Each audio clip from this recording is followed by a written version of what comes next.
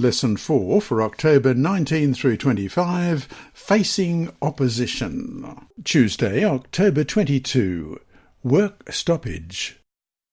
Question: what did the enemies do in Ezra chapter 4, verses 6 through to 24, in order to stop the work in Jerusalem? Let's read Ezra 4, beginning at verse 6. In the reign of Ahasuerus, in the beginning of his reign, they wrote an accusation against the inhabitants of Judah and Jerusalem.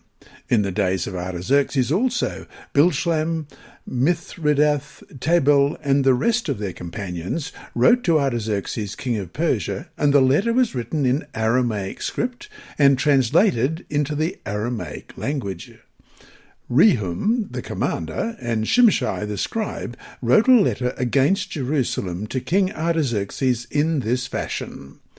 From Rehum, the commander, Shimshai, the scribe, and the rest of their companions, representatives of the Danites, the Ephesathites, the Tarpelites, the people of Persia and Erech and Babylon and Shushan, the Dehavites and the Elamites, and the rest of the nations whom the great and noble Osnapper took captive and held in the cities of Samaria and the remainder beyond the river, and so forth. This is the copy of the letter that they sent him.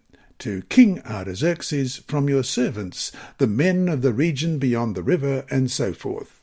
Let it be known to the king that the Jews who came up from you have come to us at Jerusalem, and are building the rebellious and evil city, and are finishing its walls and repairing its foundations.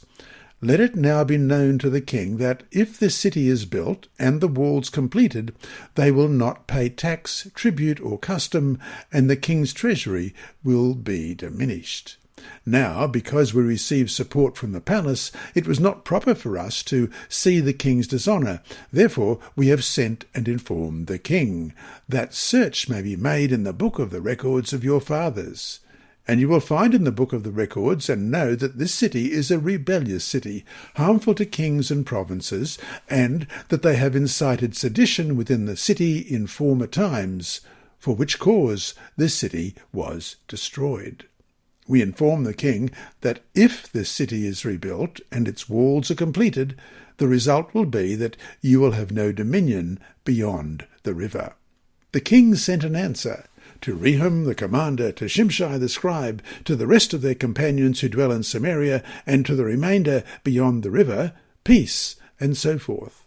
The letter which you sent to us has been clearly read before me, and I gave the command, and a search has been made, and it was found that this city in former times has revolted against kings, and rebellion and sedition have been fostered in it. There have also been mighty kings over Jerusalem who have ruled over all the region beyond the river, and tax, tribute, and custom were paid to them. Now give the command to make these men cease, that this city may not be built until the command is given by me. Take heed now that you do not fail to do this. Why should damage increase to the hurt of the kings? Now, when the copy of King Artaxerxes' letter was read before Rehum, Shimshai the scribe, and their companions, they went up in haste to Jerusalem against the Jews, and by force of arms made them cease. Thus the work of the house of God, which is at Jerusalem, ceased, and it was discontinued until the 2nd year of the reign of Darius, king of Persia. The people of the land wrote letters of accusation against the Jews, and their work first to Darius, which you read about in Ezra chapter 5 and chapter 6, then to King Xerxes or Ahasuerus, as well as Artaxerxes. They were doing everything in their power to stop the work in Jerusalem. The people of the surrounding nations claimed that if the city were rebuilt, the king would lose his power over it, because Jerusalem had always been a place of rebellion and trouble in the past.